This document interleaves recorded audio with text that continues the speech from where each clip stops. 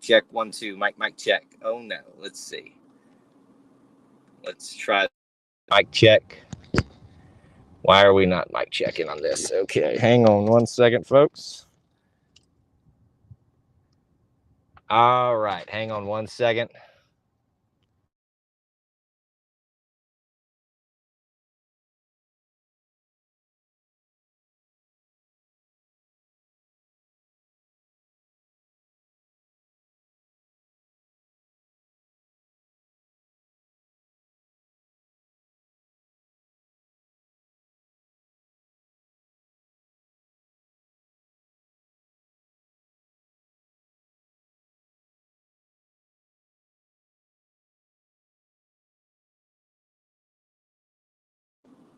How about now?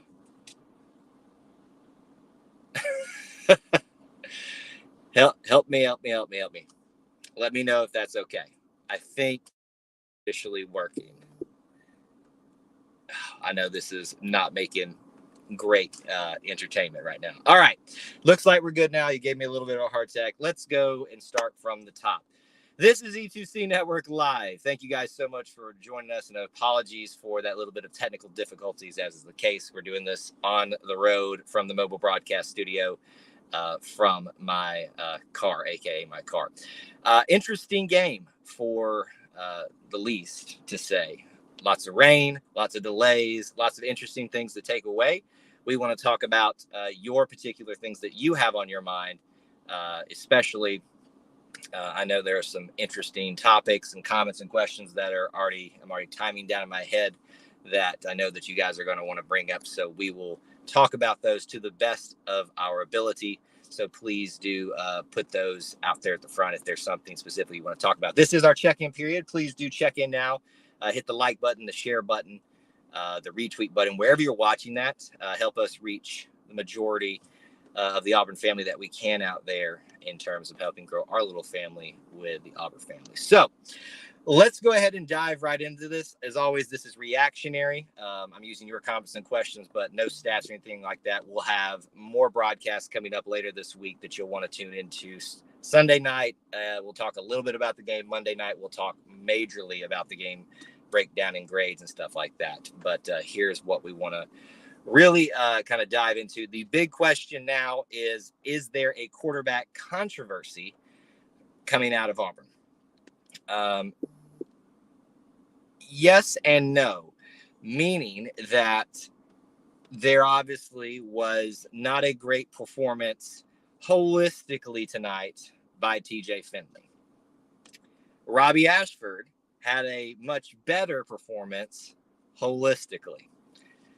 Is there a quarterback controversy right now? I don't know. I'm not Coach Harsin. I'm not TJ Finley. I'm not Robbie Ashford.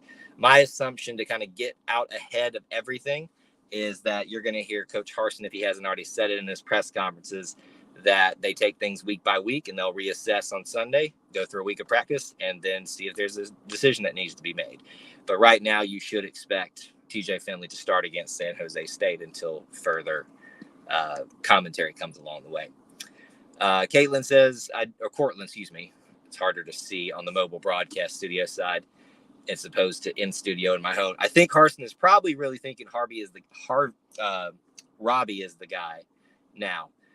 Yeah, it's real easy, and I'm not saying that you're wrong, but it's real easy to jump out there at the front and say and think those things right away, right? I think we should take it one game at a time and see what happens. 2 picks by TJ Finley against Mercer is not anything to write home about and be excited about, and I'm sure he feels the exact same way. However, I wouldn't say that he thinks he's the guy right now. But Robbie has definitely put a check in his column in terms of what he can do going forward, what he provides to this team athletically, from a poise standpoint. Remember, this is against Mercer. So you take that for what it's worth. TJ's performance is against Mercer as well. So take that for what it's worth as well. Devin says, no controversy, especially where Harsin is concerned. This is the kind of same situation with Bo and TJ. Harsin didn't believe there was a controversy then either. The biggest thing that I can tell you guys, and I know this is not the sexy thing to talk about, this is not the more interesting thing to talk about, is just listen to Coach Harsin. It's just pay attention to what he says in the press conferences, what he says to the media. The guy does not mince words. There's not much coach speak about him. What you need to know about the quarterback situation, you will know from him. Corey, I really, I think he threw that one. I think there was a second one. And then there was one really bad deep ball that in a normal situation, that's getting intercepted. It really should have been intercepted. And, there was the joke made that if TJ had thrown that ball, it would have gotten intercepted. Of course, we can all make that joke. Let's not mince words that TJ had a bad game, but let's also not act like Robbie was perfect tonight. Robbie had a great game by most accounts, but it was far, far from perfect. I was more concerned with how the defense performed than TJ. Red zone defense was not so good. Stopping the pass on thirds downs bothered me too. So and here's the hard thing, right, Kevlar? I would almost advocate that whatever happened after the delay, you throw out.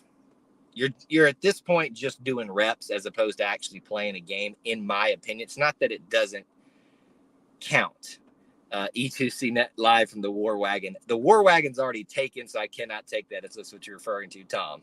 They actually ride around campus.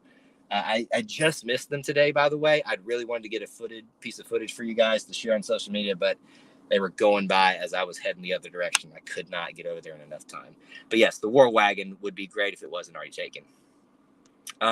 So back to this comment.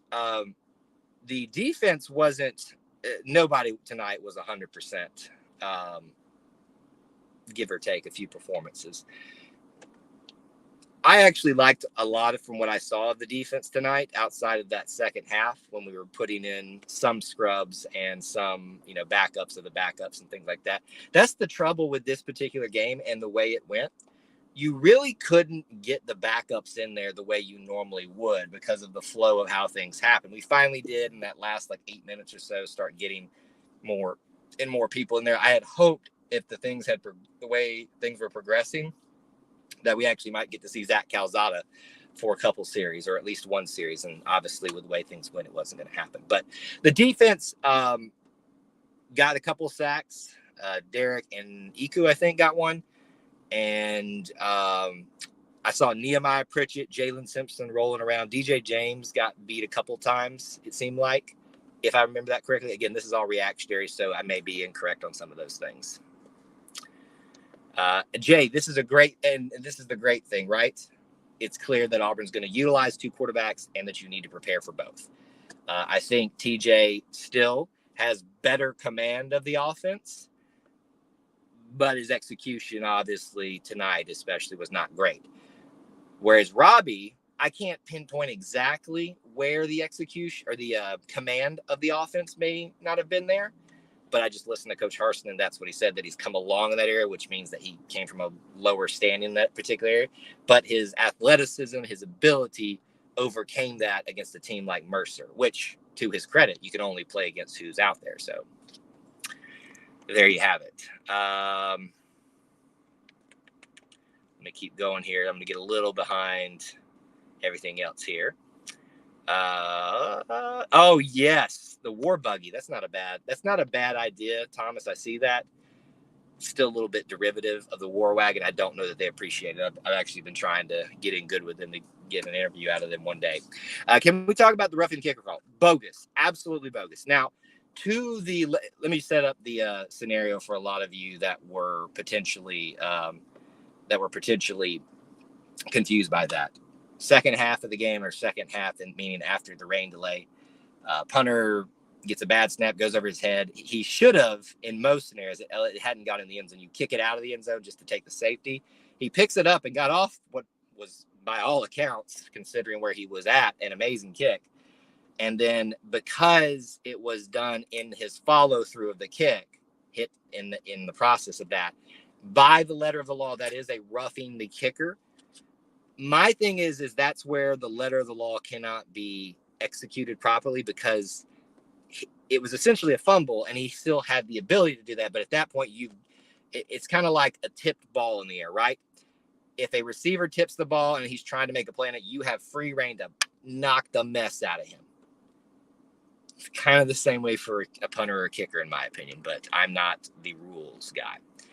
All right, I'm going to skip ahead a little bit in chat. Again, as we kind of do in some of these things, I know it's not super busy on the chat tonight, but the mobile broadcast studio version of this is a little bit harder for me to keep up with that. So we'll continue to grow and change that as time. From the Eagle Cruiser, not bad, not bad. Keep coming up with them. I kind of like the whole mobile broadcast studio, aka my car angle, but if you guys come up with some better things. By the way, guys, we're just not going to talk about Bo Nix, because I know, not that you guys are wrong. Personally, we're just not going to participate in that. There's no point in that. He's not part of the team anymore.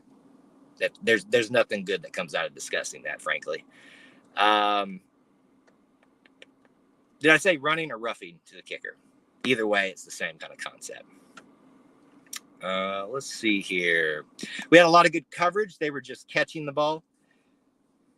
I would say the coverage was pretty good from what I remember, aside from a few times we seen at a place. What I was really impressed by was the athleticism. And I've known this about, especially Jalen Simpson, Nia Pritchett, laying out and getting their hands, their fingertips on balls and knocking them free of being, easier catches, or if not at all. So that was a little bit more impressive to see that out there so early like that.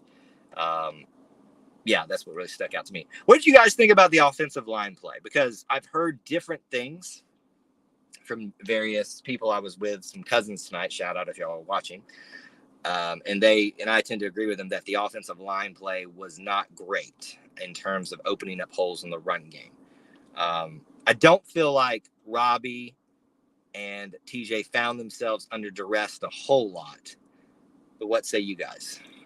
The Winnebago E2C. I love that this stream is now turned into, give a different name for the mobile broadcast studio, Kyle's Cruiser. Y'all making it sound way too much cooler than it actually is. Let's see here. O-line seemed to be getting pushed around a good bit. Yeah, I tend to agree with that, Cortland. Maybe not pushed around, but there just wasn't enough gaps opening, especially for Tank. But here is, I just remember this, and I tried to kind of take mental notes throughout the game tonight to talk about with you guys. One of the things that we talked about with Tank last year is that he still, by all accounts, had a decent year, but he seemed to have lost that ability that we saw as a freshman, or just hadn't found it yet, to absorb a blow, absorb a bad situation, and redirect it. Tonight, I saw him several times run into a design play that fell apart before he even got there, and take a pop or a hit and kind of redirected it like he used to, and then broke loose for a bigger run, or at least, a 2 or 3 out of a bad situation. So really, that's another encouragement for me tonight, was Tank seemed to get back to some of the old Tank, despite what we saw were some potential latent deficiencies of opening up holes for the running backs at times. Again, this is one of those scenarios. I got to remember to move this thing out of the way when I talk to you guys in the future from the broadcast studio. But yeah, that's one of the things that stuck out. Just feel like it was a weird game with the weather, everything, and everything. How was the atmosphere? Atmosphere was great. It was about 85. It's hard to tell because where I was sitting this time, really great seats, was out of the rain the entire time, even though we had still moved back a little bit when it started raining. I couldn't see the deck above me. The deck furthest from me, which is always the last deck to fill up. I think that one probably showed that it was probably 85% full. That's probably a good estimate. So 75,000, low 70,000s, maybe something like that. I don't know. I'm not a good math person. But regardless of that, atmosphere was great. Great time there. The energy was there. The players seemed to really be getting into it. I had a great time, even with the rain. We stuck it out and enjoyed, singing in the rain and all that kind of stuff, even though I was undercover this time. The students, I have to be honest, and I posted this out on social media, I appreciate the ones that stuck around, but I was a little disappointed in the lack of commitment to stay through the entire thing like we did when I was at the West Virginia game. Safety first, always, but still. The crowd that stuck around was really into it as well. All right, again, I'm going to skip ahead. I'll come back to some of the ones, but if there's a comment that you really want to have discussed that I missed or skipped over and I haven't discussed it, keep putting it at the forward. We'll try to get to it. Brandon, let's see. That holding call early in the game on his long run was ticky-tack. It was, but I would rather us get those called now as much as a disappointment for it was for Tank and for us to see that thing erased because it was a beautiful run. Those things need to be shown on film now and ironed out now.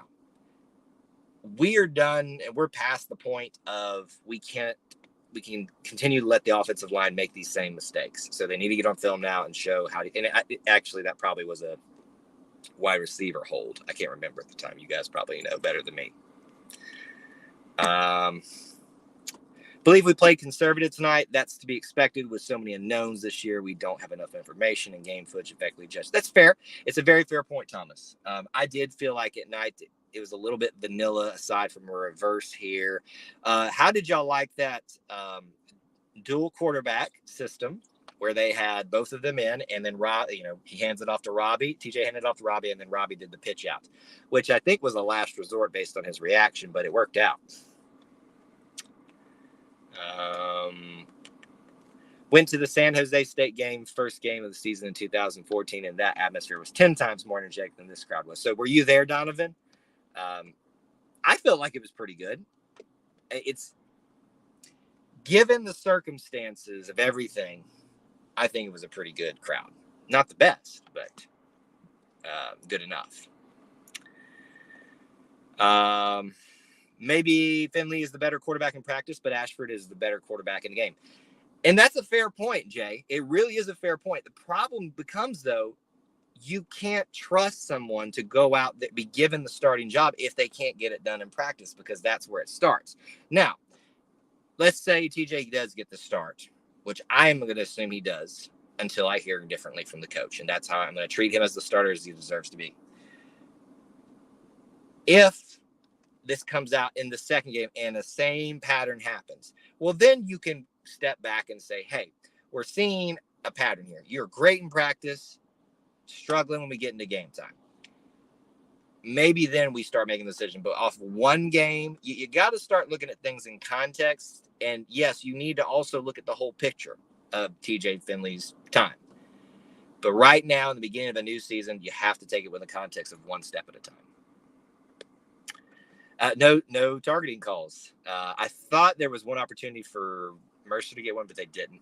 Credit to Mercer fans, even though my friend Tyler, who was watching the game with us, was not appreciative of how energetic they were throughout the entire game. I give them credit for sticking it out.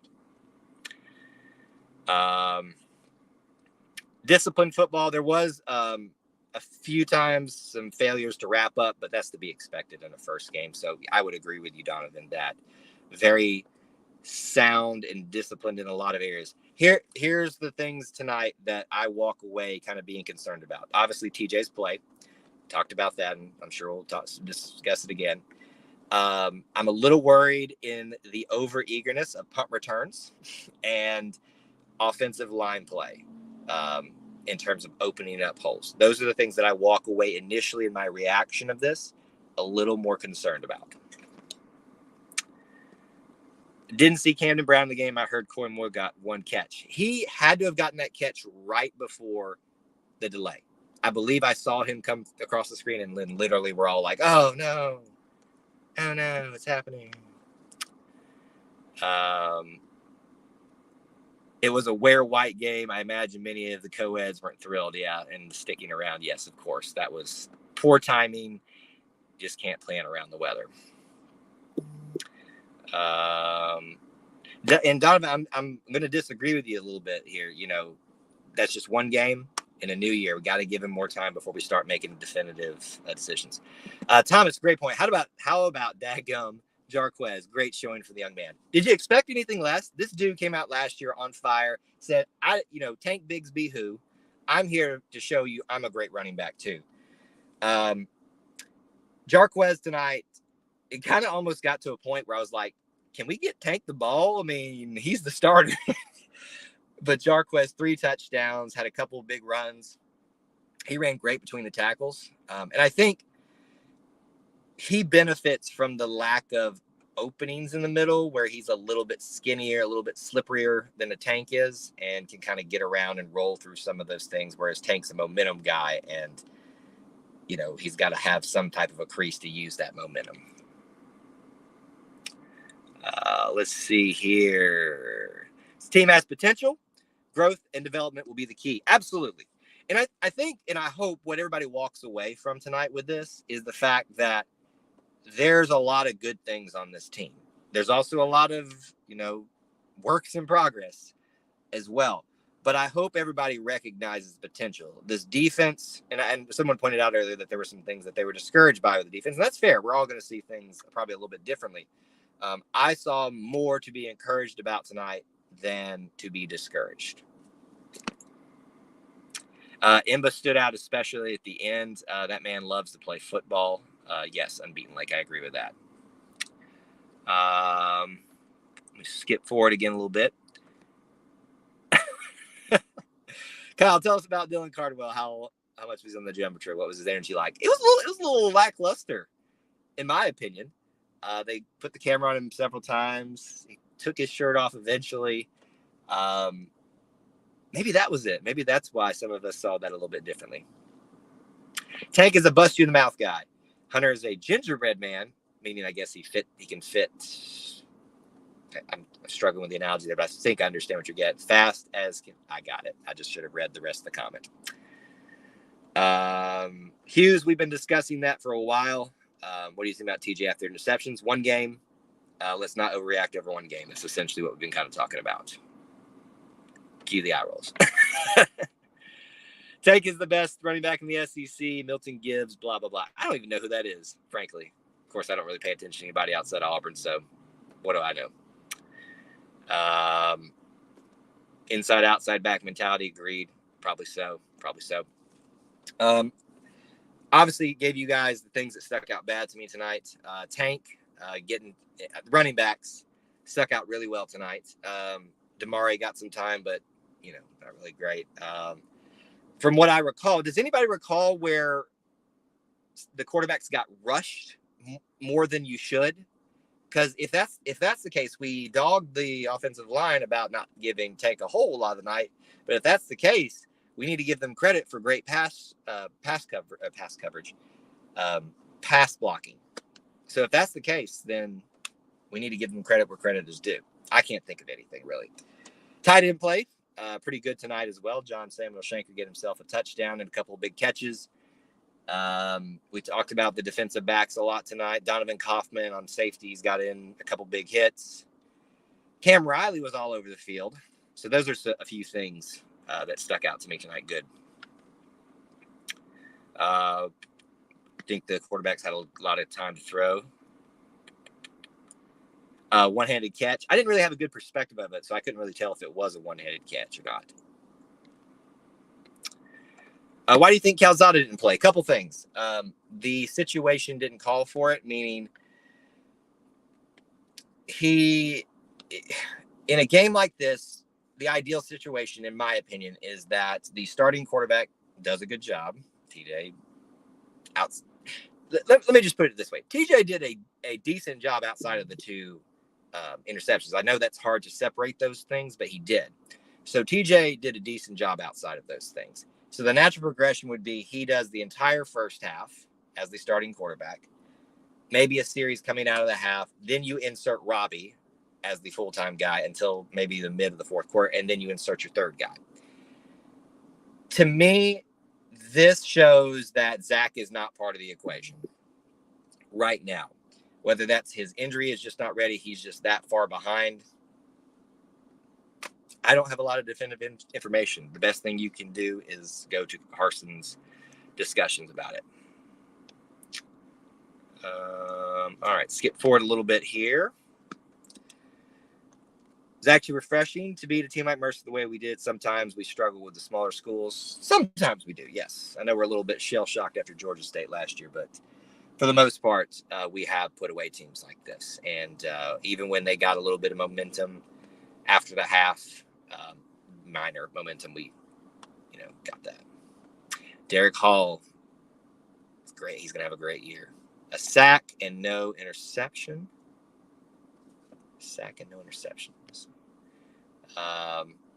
Okay, that's what in reference. Did the defense get any sacks or interceptions? A sack and no interceptions. Yes.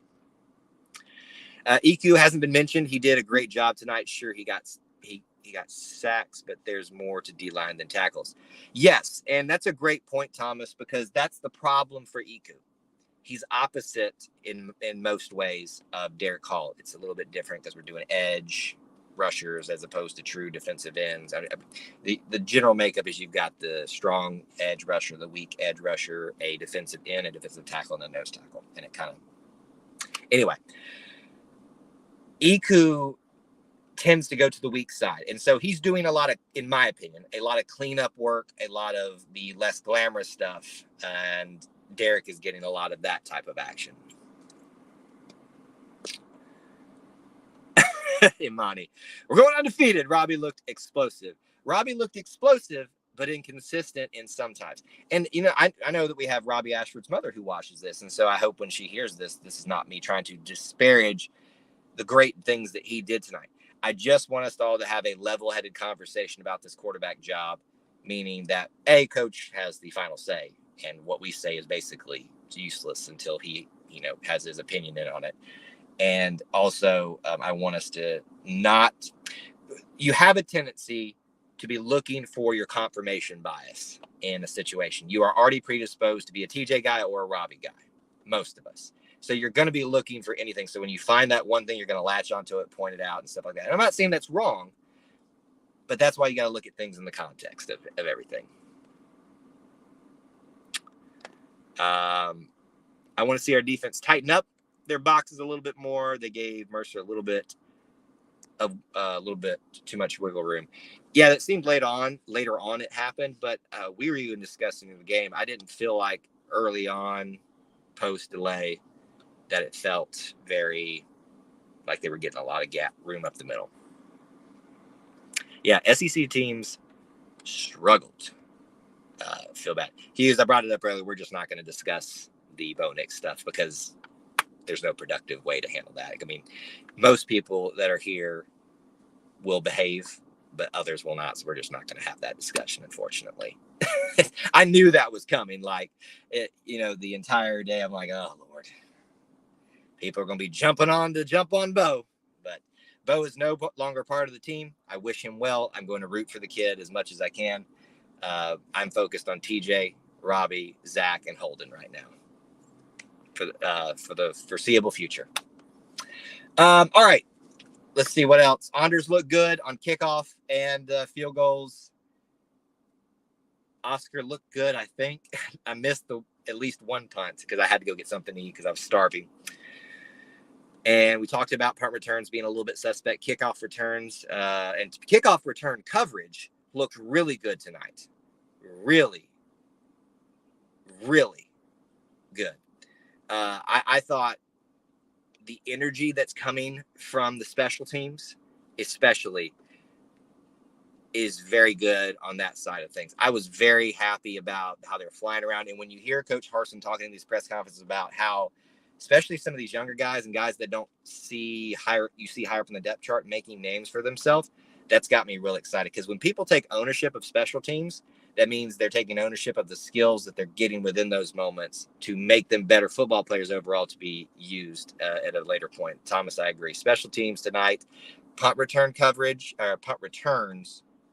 little bit too aggressive in my opinion, but still good. What else? What else stuck out to you guys tonight? Let me give you, while you're getting those other comments and questions and look ahead of the week. Tomorrow night, probably a little bit later. We normally go, or we said we were going to go at 9 Eastern time, 8 Central. The next episode of the Auburn Experience with myself and Austin. We will discuss this weekend holistically. We will talk a little bit about the game, but it's going to be more so just kind of us talking about the overall Auburn Experience. That'll be tomorrow night. You can watch it live, or you can listen to the replay on YouTube or on podcast. We also will be going live 8 p.m. Monday for a breakdown of this game and grades with a special guest. I have that confirmed right now. And Tuesday will be nothing live. Wednesday we'll have our normal live show, call-in show for you all. And then on Thursday we will be doing our preview of the San Jose State game.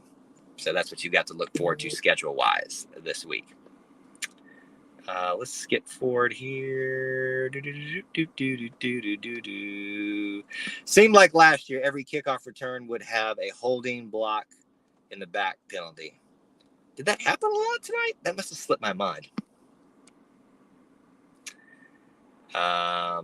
Shedrick Jackson continues to prove my point. He continues to get better. What was it? 47 yards for him tonight, 4 catches, something like that. Very solid. I think if we get, I would have liked to see him get into like the 60 range. Maybe he did get there and I just missed it. Shedrick, to me, is continuing to show what he is for this team. A solid guy who's going to be there for you the entirety of the game. And that's what that room needs. Can we give a shout out to Javaris Johnson? How did we get this far without talking about a guy who got over 100 receiving yards tonight at 4 catches, I think? Credit to Robbie Ashford for getting it to him. Guy made some incredible plays tonight, so got to give him a shout out. A lot of people talking about the other games out there. Monday, no work.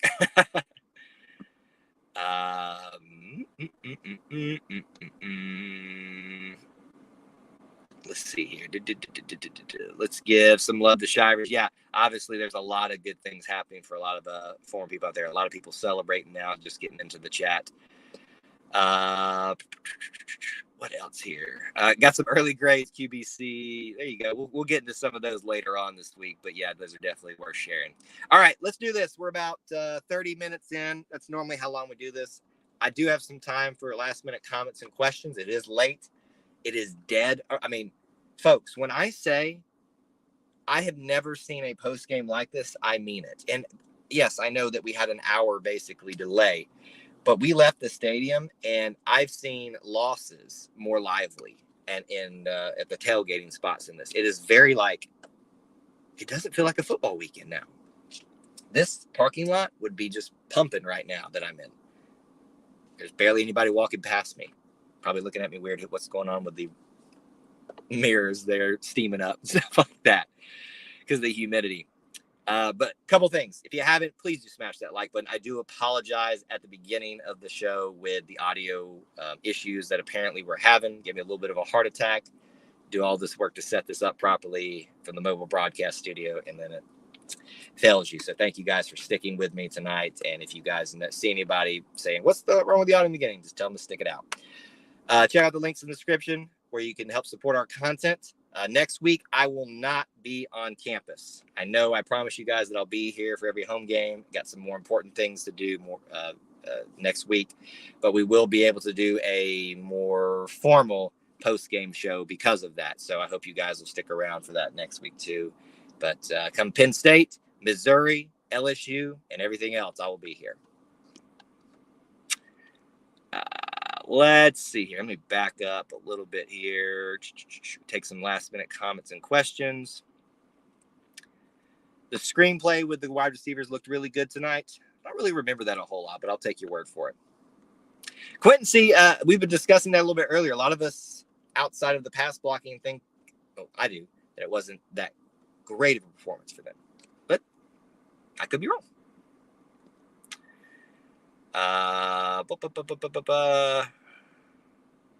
Were you more encouraged by our first? This is a great question. You guys got some good questions tonight. Were you more encouraged by our first game last year or this year? Oh, man. See, and Devin's brought it up a lot tonight. That's the problem. This is such a weird game. From a experience probably better because I sat up in the nosebleed in the blazing heat until probably the end of the third quarter. It was blazing hot up there. And we blasted them a little bit more. Tank had a big run early. It's so hard to compare that, but I was with, some friends and family tonight watching the game, so that made it a better experience as opposed to just kind of being by myself. That's a really hard question. It's a good one. I'm going to say tonight. Oddly, for no other reason, just because it feels right now. I will do my best to be safe. Thank you guys for the well wishes here. At the very least, we have 2 serviceable quarterbacks in case one goes down with injury. And we don't know. Zach Calzada could still be serviceable. Holden, by all accounts, is a great quarterback. We'll see. Here's what you walk away from in our reaction show. First of all, it's back again, doing these again. I'm so happy to be here with you guys again, even through the technical difficulties, the weird time and everything. Continue to let me know what I can do to make these experiences better. Obviously limited when we're on the road in the mobile broadcast studio, aka my car, but we will continue to do those. We had some great people join the channel today with everything. Thank you guys so much. It's incredible that you continue to support what we do here, and that means a lot. So see a lot of other people popping in kind of at the end here, so I hate to leave and run, but I have to let you guys go back and look at a lot of the thoughts there. Good point, Susan. I'll bring this up as sometimes our first game feels more like a scrimmage. Tonight there was energy. Thoughts? That's not it's a pretty good way to wrap that one up right there. But anyway, all right, guys, thank you so much for tuning in tonight. You are the best little family within the Auburn family. Smash that like button if you can on the way out, on social media, everything. Subscribe if you haven't. There's all kinds of good content coming out this week, and we don't want you to miss out on it. Thank you so much for being here and being part of our family. And until we talk to you guys again, War Eagle.